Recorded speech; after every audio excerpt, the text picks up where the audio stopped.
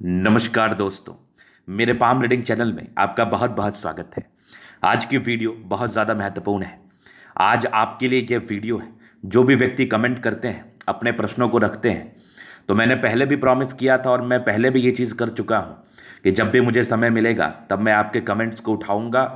कुछ particular comments को उठाऊँगा जहाँ तक मैं कमेंट को ले पाऊँ, उसके बाद उसका उत्तर करूँगा प्रत्यक्ष रूप से हमारे द्वारा। तो आप कमेंट ज़रूर करिए और अपने प्रश्नों को ज़रूर आप रखिए ताकि मैं उसका उत्तर कर पाऊँ और आप उस उत्तर को पाके अपने कन्फ्यूजन्स को दूर कर पाओ।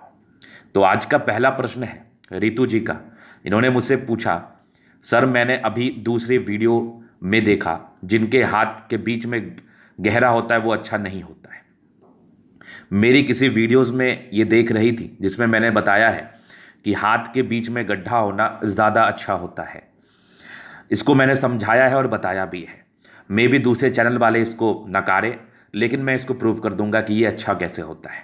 आप समझने का कोशिश करिएगा। ये आपकी पाम की आकृति हो गई।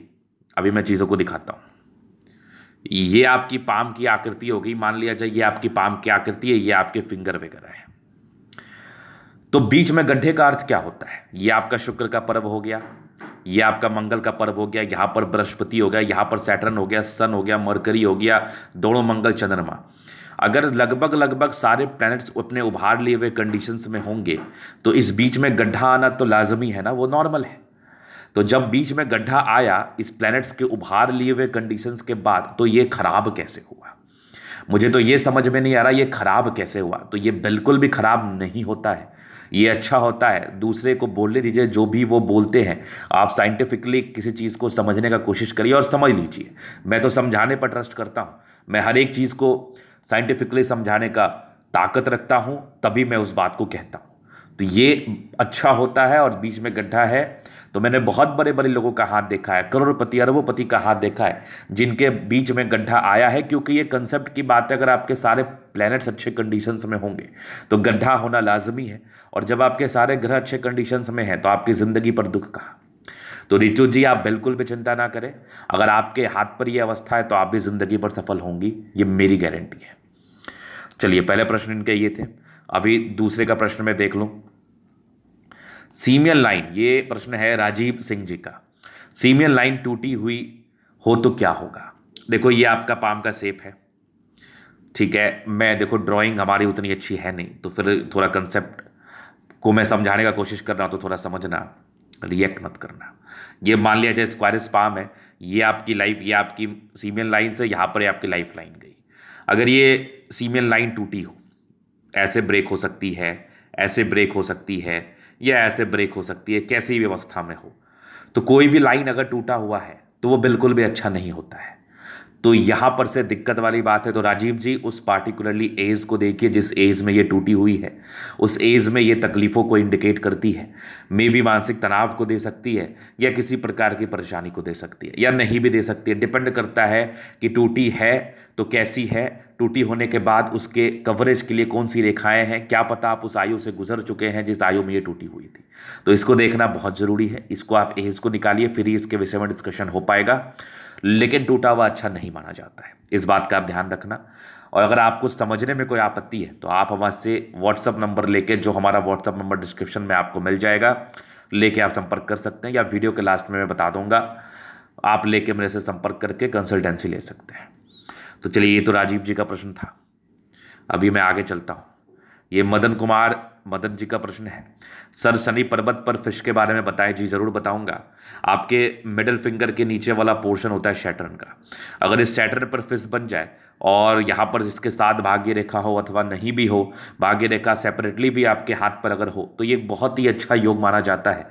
जिस समय से फिश का निर्माण होता है, जिस समय से फिश के साइन में स्ट्रेंथ आता है, प्रॉपरली बनती है, ऐसे बने हो और लाइंस विजिबल हो, तो उसको हम फिश मानेंगे। तो ये इस जातक को बैठे बैठाए बहुत ज़्यादा पैसा दे सकता है, बहुत धनवान बना सकता है। शनि पर्वत का फिश आपको करोड़पति अरबोपति बनाने के लिए सक्षम है। तो ये कर सकता है। अगर आपके किसी के हाथ पर है तो आप बड़े भाग्यशाली व्यक्ति हैं। तो ये मदद जी का प्रश्न था। अभी आगे चलते हैं। प्रज्ञा जी का प्रश्न है, प्रणाम जी, मेरे हाथ में शनि वलय तो है परंतु इसके बीच में हृदय रेखा से एक रेखा काट रही है। देखिए ये आपका हो गया शनि का फिंगर, ये आपका पाम का शेप हो गया। शनि वाले आपके हाथ पर है हृदय रेखा, यहाँ से निकल के आके ऐसे काट रही होगी। चलिए ठीक है, तो क्या तब भी ये नकारात्मक है? त्रिशूल जैसे आकृति दिख रही है, इसका क्या मतलब होता है? देखिए ये त्रिशूल नुमा आकृति तो आपके भाग्य रेखा के साथ ही दिख रही होगी, और शनि वलय को ये रेखा आपके हृदय रेखा ने काट लिया, तो हृदय रेखा अपना कार्य करेगा, शनि वलय अपना कार्य करेगा। इसमें कोई सकारात्मक और नकारात्मक वाली बात ही नहीं है। जो शनि वलय का कार्य होगा वो शनि वलय करेगा, जो हृदय रेखा का कार्य होगा वो हृदय रेखा करेगा, बाद बाकी विशेष देखने के बाद। लेकिन हाँ, इस बात को ध्यान रखिएगा कि बीच में काटे अथवा ना काटे उससे कोई विशेष फर्क नहीं पड़ता है। चलिए जी, धन्यवाद। अभी मैं आगे चलता हूँ। ये मंजू जी का प्रश्न है। गुरु जी जी नमस्कार, आपके जो उपाय बता वो हम कर रहे हैं, लेकिन हमारे पति के टेंशन बहुत करते हैं, बेफजूल का क्या करें? आपको YouTube में देखा, अच्छा लगा, कृपया सहायता करें। देखिए जी, मैं आपके मुसीबत से भलीभांति अवगत हूँ कि आपके पति आप पर गुस्सा करते हैं, घर में बेफजूल का टेंशन करते हैं, जैसा आप बता रही हैं। तो मे भी उनका कुछ समय खराब चल रहा हो। जब किसी का समय खराब चलता है तो वो व्यक्ति ना चाहते हुए भी बहुत प्रकार की ऐसी ऐसी हरकतें करता है जिसका कोई मतलब नहीं बनता, जिससे सामने वाले इरिटेट हो सकते हैं, सामने वाले परेशान हो सकते हैं। तो जब आपके पति की बात आई, आपके माता पिता की बात आ जाए या खुद आपके बच्चों की बात आ जाए, तो थोड़ा सा स्पेस दीजिए, समय दीजिए, उनको प्यार से समझाने का कोशिश करिए। और मैं एक उपाय बता देता हूँ जो घर में शांति को लाता है। आप बृहस्पतिवार के दिन, आपके हस्बैंड अगर बैठे तो वेल एंड गुड, नहीं भी बैठे तो आप बृहस्पतिवार का कथा करें। व्रत करना अगर पॉसिबल होगा तो करें, नहीं तो फिर कथा करें। नॉनवेज का सेवन बिल्कुल ना करें, घर में शांति आ जाएगी, घर में कृपा आ जाएगी। और स्पेस दीजिए, थोड़ा सा टाइम दीजिए। वो परिस्थिति उनकी खराब होगी, किसी प्रकार के दुविधा में होंगे, तभी ऐसा वो कर रहे होंगे। लेकिन जो मैंने उपाय बताया घर के शांति के लिए, वो आप रोजाना नहीं, बृहस्पतिवार को करो, हर बृहस्पतिवार को करो, आपके लिए ज़्यादा बेनिफिशियली रहेगा वो। तो धन्यवाद मंजू जी। अभी चलते हैं हम सुनीता महतो की तरफ। मेरे हस्बैंड के दोनों हाथ में जीवन रेखा छोटी है, पर मंगल रेखा दोनों हाथ में है। तो देखिए, अगर जीवन रेखा छोटी है तो ये एक नेगेटिव अवस्था है। अगर मंगल रेखा उसे स्ट्रेंथ की है तो कहीं ना कहीं उसको कवर अप ये कर रही है, तो आपको चिंता नहीं करना चाहिए। फिर भी अगर आपको चिंता हो रहा है तो एक बार हाथ दिखा लेना चाहिए। अभी हम चलते हैं वंदना जी के प्रश्न के तरफ। मेरे राइट हैंड में मस्तिष्क रेखा और जीवन रेखा, ये आपका राइट हैंड हो गया, ये हो गया मस्तिष्क रेखा, ये हो गया जीवन रेखा। जीवन रेखा हथेली के सेंटर तक जुड़ी हुई है, जिस वजह से मुझे दूसरों की बंधन, अच्छा, दूसरे की बंधन में जीवन बिताना पड़ रहा है। क्या इसका कोई उपाय आप मुझे बता सकते हैं? देखिए, जब तक आपकी जीवन रेखा, ये इनका कहने का अर्थ है कि इनके माइंड रेखा ये है और यहाँ पर से इनकी जीवन रेखा डिपेंडेंट योग को बता रही है। ये मैं प्रायः वीडियोस में कहता हूँ कि जब तक ये डिपेंडेंट रहेगी तो आपको किसी ना किसी से मांगना पड़ेगा। आप खुद का अपना डेवलप नहीं करा सकते या खुद का अपना आप काम शुरू नहीं कर सकते, ये मैं प्रायः कहता हूँ। लेकिन अब यहाँ पर क्या हो गया ना, ये आपने इस चीज़ को समझ लिया है, तो आपको अब इससे निकलना है, तो आपको प्रयास करना पड़ेगा। इसका एक ही उपाय है कि आप मेहनत करो और ज़िंदगी पर कुछ करने का प्रयास करो, आप उससे निकल जाओगे। क्योंकि अब आपको उन चीज़ों से निकलना है, इसलिए आप उन चीज़ों से आराम से निकल जाओगे, कोई दिक्कत वाली बात नहीं है। मैं आपकी परेशानी को समझ रहा हूँ, तो अब आप निकल जाओगे, बस आप मेहनत करना शुरू कर दीजिए। चलिए, ये प्रश्न है राहुल शर्मा जी का। मैंने सुना है कि राहु रेखा जिस पर्वत पर जाती है, राहु रेखा जिस पर्वत पर जाती है, अच्छा, उस पर्वत के गुणों को बढ़ा देती है। अगर इनके हाथ में देखे तो एक राहु रेखा मंगल पर्वत को स्पष्ट रूप से पहुंच रही है, तो वो क्या फायदा देगी? दूसरी राहु रेखा बुध के पर्वत की ओर जा रही है, जो हृदय रेखा के पास रुक गई है, शायद थोड़ा सालों में बुध पर्वत पर जा सकती है, तो वो भी फायदा देगी। क्या ये सही है? कृपया इसका सुझाव दे, अपना सुझाव दे। देखिए, मैं एक चीज़ आपको बताता हूँ, राहु रेखा जीवन रेखा पर बनती है, ये आपकी लाइफ लाइन है, यहाँ पर कट रही है राहु रेखा, तो जो रेखा काट रही है वो पॉजिटिव कैसे हो सकती है? जो रेखा शुरुआती दौर से जब उसका आगमन ही नेगेटिव वे में हुआ तो वो पॉजिटिव कैसे हो सकती है? अगर राहु रेखा आपके मस्तिष्क रेखा को काटेगी तो उसे इसमें मस्तिष्क पर प्रॉब्लम, अगर राहु रेखा आपके हृदय रेखा को काटेगी तो उसे इसमें आपके हृदय पर समस्या, या फिर आपके इमोशनल तनाव को ये बताती है। हृदय पर समस्या नहीं, स्पेशली इमोशनल, दोनों ही वजह में ये इमोशनल तनाव परेशानी को इंडिकेट करती है। तो राहु रेखा कभी भी पॉजिटिव नहीं होती है। ठीक है राहुल जी, धन्यवाद। चलिए हम आगे चलते हैं। शुक्र पर्वत पर तिल हुआ है हाथ में, शुक्र वलय हो गुरुजी, इस पर कोई जानकारी दो ना।